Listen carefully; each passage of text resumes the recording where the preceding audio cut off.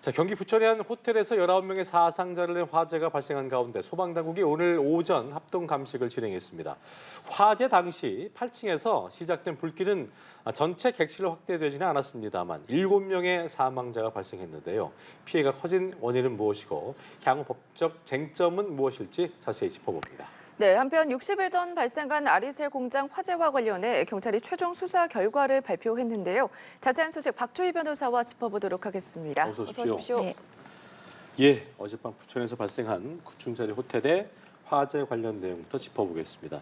요약을 좀 해보면 불이 호텔 전체로 번지지 않았음에도 8, 9층에 투숙객들이 꽤 있었고 그래서 인명피해가 좀 컸는데 유독 가스가 이제 삽시간에 호텔 내부로 좀 번지면서 손을 쓸 수 없게 된 상황인 것 같은데요.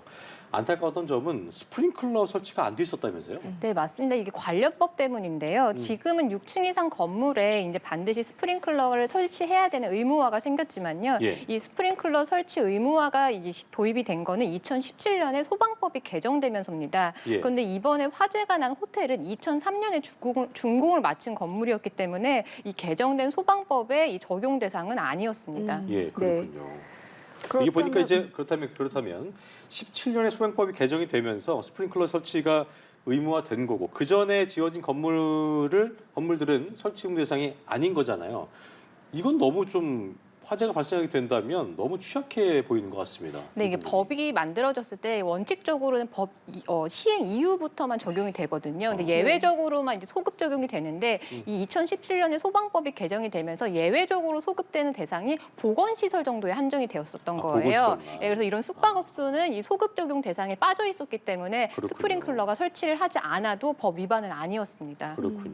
이번 호텔 화재로 이제 사망자가 7명 발생했고요. 왜 인명피해가 커졌는지 이 부분을 좀 집중해서 조사를 해봐야 될 것 같은데 향후 조사에서 쟁점이 될 만한 부분 어떤 게 좀 있다고 보십니까? 일단 화재가 발생을 했을 때는 두 가지 쟁점이 됩니다. 첫 네. 번째는 화재가 왜 발생을 했는지 이 부분이 좀 조사가 필요해져야 되는데 만약에 이제 화재 발생에 있어서 호텔 측에 어떤 과실이 없었던 게 아닌가 있었던 게 아닌가 이런 부분이 좀 밝혀져야 될 것 같고요. 예. 두 번째는 아까도 잠깐 말씀하셨지만 이 화재가 호텔 전체에 번진 게 아닌데도 인명피해가 꽤 많이 났어요. 그러니까요. 이렇게 피해가 확대된 데 있어서 어떠한 호텔 측의 과실이 있었던 거 아니냐. 그러니까 아까 뭐 스프링클러 설치가 이 의무는 아니라고 하더라도 관련법상 소방 기준을 지켜야 될 부분이 되게 많아요. 뭐 대피로를 확보해야 된다라든지 아니면 화재를 발생했을 때는 이 투숙객을 반드시 뭐 안내 방송을 하고 대피를 시켜야 되는 이런 의무들이 있고요. 또 숙박시설 같은 경우는 이제 방염 기준을 통과한 물건들을 사용해야 되는데 예. 이런 기준들을 과연 준수했는지 그래서 이런 위반 사항 때문에 피해가 확대된 거 아닌가 이런 부분도 사실은 추가적으로 좀 조사가 돼야 될 것 같습니다. 그렇군요. 예.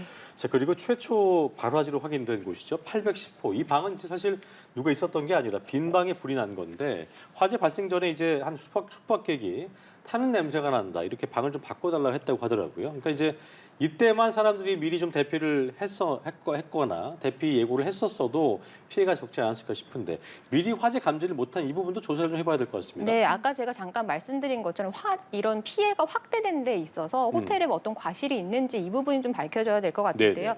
타는 냄새가 날 정도였는데 왜 호텔에선 미리 감지 못했는지 이 부분도 좀 밝혀져야 될 것 같고요. 그렇죠. 그리고 이제 투숙객이 타는 냄새가 난다, 방을 교체해달라고 했으면 호텔 측에서는 해당 방을 방문을 해서 어떤 상황이 발생을 했는지 뭐 추가적인 대책이나 뭐 어떠한 조치를 하지 않았는지 같이 확인 좀 했으면, 이런 부분도 그렇죠. 밝혀져야 될 것 같습니다. 예, 또 다른 쟁점 중에 하나가 바로 에어매트입니다. 사망자 7명 중에 2명이 긴급 탈출을 시도하다가 안타깝게도 사망하는 일이 발생했는데 지금 소방당국에서는 에어매트 설치는 제대로 됐다 이렇게 얘기를 했거든요. 이 부분도 좀 제대로 조사가 필요해 보이거든요. 네, 이 부분은 굉장히 이제 안타깝고 좀 의아한 부분이긴 합니다. 맞아요. 근데 지금 소방당국에서 밝히기로는 이제 첫 번째 에어매트로 떨어진 사망자의 경우에는 이제 에어매트 가운데로 떨어진 게 아니라 이제 가장자리로 떨어지면서 충격흡수를 제대로 못한 것 맞아요. 같다라고 예. 밝혔고요. 네. 두 번째 사망자 같은 경우는 이제 첫 번째 사망자가 떨어지면서 에어매트가 뒤집혔는데 그 순간에 떨어져서 또 역시나 이제 충격흡수를 받지 못한 것으로 알려졌는데요. 네. 그런데 소방 당국에서도 에어매트가 뒤집히는 일은 굉장히 드물다. 그런 일이 잘 발생하지 않는다라고 했기 때문에 왜 이런 일이 발생을 했는지 이 부분도 좀 반드시 조사가 이루어져야 될 것 같습니다. 보니까 이제 SNS에 이제 영상이 막 올라오기도 했던데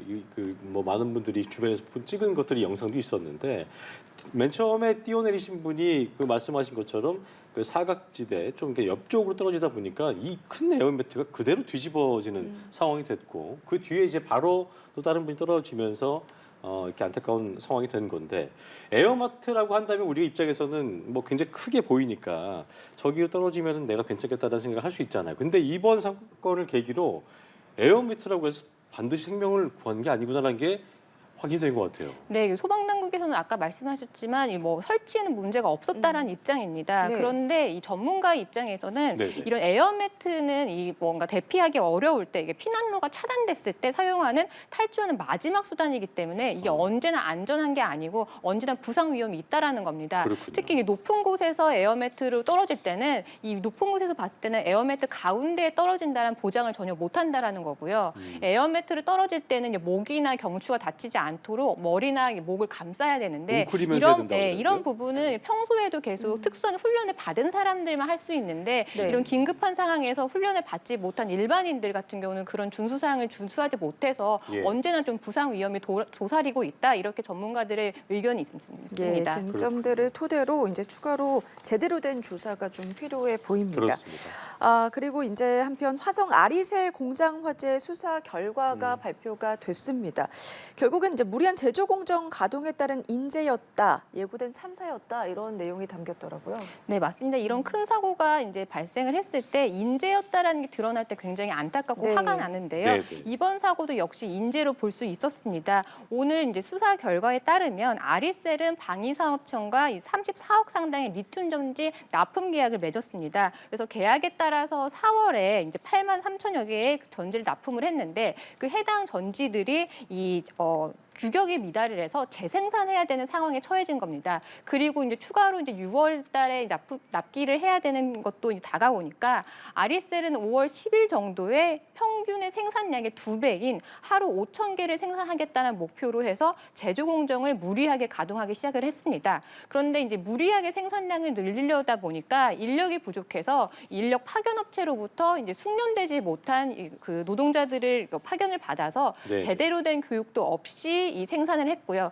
그러다 보니까 불량품이 계속 만들어지면서 이런 화재 사고가 발생했던 것으로 보입니다. 이게 보니까 또 하나 아니래 보이는 부분은 뭐냐면 저희가 이제 그 화재 당시에도 그 2층 그 최초 발화 지점이 영상이 항상 CCTV가 있었었는데 이때 터진 폭발한 전지가 이틀 전에도 그런 터진 전지들이 있었대요. 그러니까 그 동일한 시점에 전해액이 주입됐던 제품들이었다고 하는데 이틀 전에 폭발했을 때 같이 점검했더라면 이 화재가 일어나지 않았을 수도 있는 부분이잖아요. 네, 맞습니다. 바로 그 지점이 이제 인재로 평가할 수 있는 부분인데요. 네. 이 사망한 피해자들 가족의 진술에 따르면요, 화재 발생 이틀 전에도 이런 폭발 사고가 일어났다라고 합니다. 그래서 예. 그때도 화재 진압이 굉장히 어려웠고요. 그런데 회사에서는 이런 화재가 또 발생하지 않도록 어떤 점검을 한다라든지 대책을 마련한다라든지 아니면 이런 불량품을 별도로 폐기를 한다라든지 이런 행동을 했어야 되는데 그런 행동은 전혀 없이 오히려 점검을 하기보다는 이 피해자들에게 입단속만 이렇게 급을 했다라고 합니다.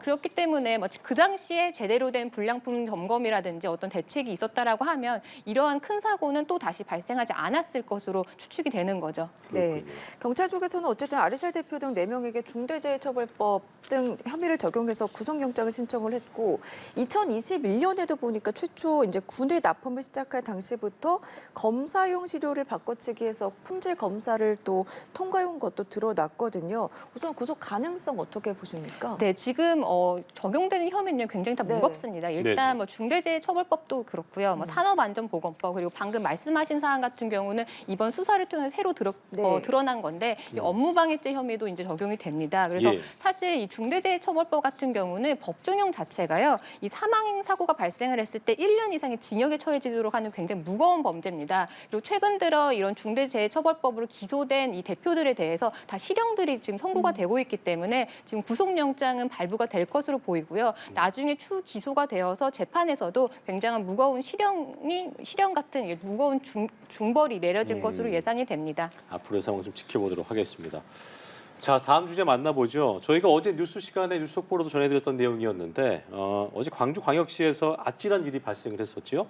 한 치과병원에서 택배 박스에서 부탄가스가 폭발하는 사건이 있었는데 저희가 뉴스를 전할 때만 해도 택배 기사가 이걸 갖다 놓은 줄 알았더니 이게 그게 아니고 이 치과 이용했던 환자가 그렇게 한 거라면서요? 네, 범인은 이제 해당 치과에서 임플란트 치료를 받던 70대 남성이었습니다. 네. 이 치료 중에 염증이 생긴 것에 불만을 갖고요. 이제 택배가 왔다고 가장을 해서 이 플라스틱 상자 안에 부탄가스 4개와 인화 물질을 담아서 이 병원으로 던졌습니다. 네, 그래서 네. 병원에 던지자마자 이 택배 상자는 이제 터졌고요. 뭐 불꽃과 연기를 내면서 화재를 발생시켰고 다행히 인명 피해는 없었습니다. 9분 만에 이제 스프링클러가 작동하면서 화재는 진압이 되었는데 네. 예. 인명 피해는 없었다고 하더라도 그 건물 안에 있는 분들이 굉장히 공포를 느낄 수밖에 없었던 상황이었습니다. 네, 그렇습니다. 왜 이런 소행을 했는지 뭐 제대로 된 조사가 필요해 보이는데 음. 말씀해 주신 것처럼 건물 안에는 지금 95명의 시민들이 있었거든요.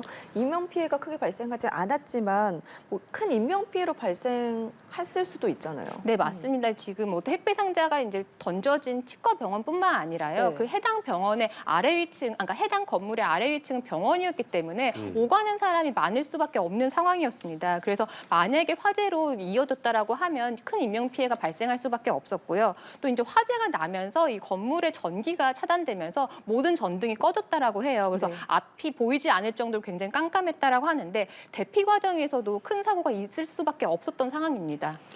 이게 보니까 저 부탄가스가 이제 가스통이잖아요. 그게 만약에 더 큰 거였으면 더 큰 진짜 폭발이 일어나고 큰 인명 피해가 발생할 수도 있는 상황이었는데 아무리 뭐 보복 심리인지 뭔지 몰랐어도 이분이 일단은 병원에 폭발물 테러를 한 혐의, 즉 현주 건조물 방화 혐의 등으로 범인을 긴급 체포해 경찰이 조사를 하고 있는 상황인데 이 현주 건조물 방화의 처벌 수위 낮지는 않을 것 같은데 어떻습니까? 네, 맞습니다. 건물을 똑같이 방화를 했다고 하더라도요. 그 건물 안에 사람이 있었느냐와 아니냐에 따라서 굉장히 법정 영역의 차이가 납니다. 예. 그래서 이 사람이 있는 경우는 현주 건조물 방화죄를 적용을 하는데 왜냐하면 사람이 있다라는 것 자체는 굉장히 말씀하신 것처럼 큰 피해로 이어질 수 있기 때문에 굉장히 그렇죠. 무거운 범죄라는 거죠. 그래서 네. 이 법은 이 현주 건조물 방화죄에 대해서 이 무기 또는 3년 이상의 징역에 처해지도록 하기 때문에 그렇군요. 무기징역까지 처해질 수 있는 범죄입니다. 네. 그렇군요. 이 폭발물 테러범의 경우에는 2시간 만에 긴급 체포가 됐습니다.